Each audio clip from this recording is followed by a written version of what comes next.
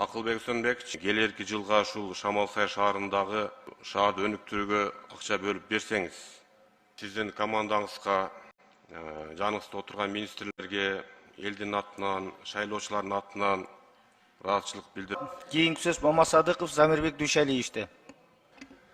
Рахмат, төрага. Саламатсыңар, урматтуу кесиптештер. Акылбек Сөнбекович, баяндамаңыз токтук.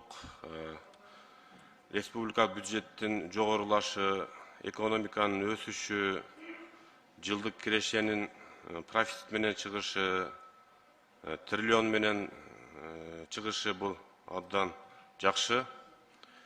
Акылбек Усенбекович, бул эми сиздин командаңызга, жаныңызда отурган министрлерге, элдин атынан, шайлоочулардын атынан ыраазычылык билдирип коем.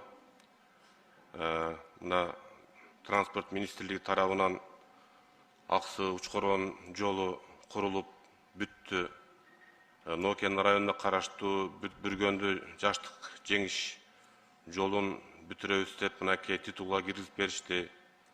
Андан сырткары Айыл чарба министрлиги тарабынан айыл чарба багытындагы долбоорлор, жаңы техникалар, жанагындай көрктөндүрүү, жашылдандыруу боюнча жакшы долбоорлор болуп атат. Уларга шүгүр, рахмат.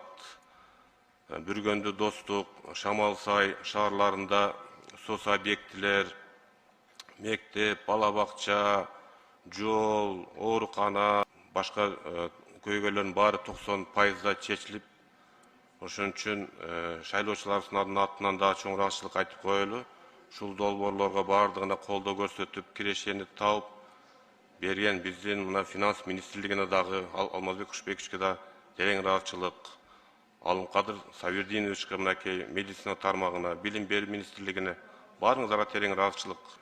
Анан Акылбек Сөнбекович, мына жана өзүңүздүн баяндамаңызда айтып кеттиңиз, шаарларга миллиарддаган каражаттарды бөлүп, анан баса белгилеп кеттиңиз, ушул да кайсы шаарлар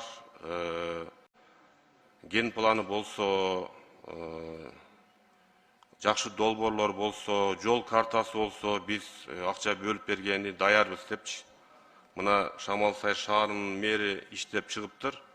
Ген планын даярдап коюптур, жол картасы даяр экен, долбоорун даярдап коюптур. Ушул келерки жылга ушул Шамалсай шаарындагы ушу шаарды өнүктүрүүгө акча бөлүп берсеңиз, биздин суранычыбыз ошол.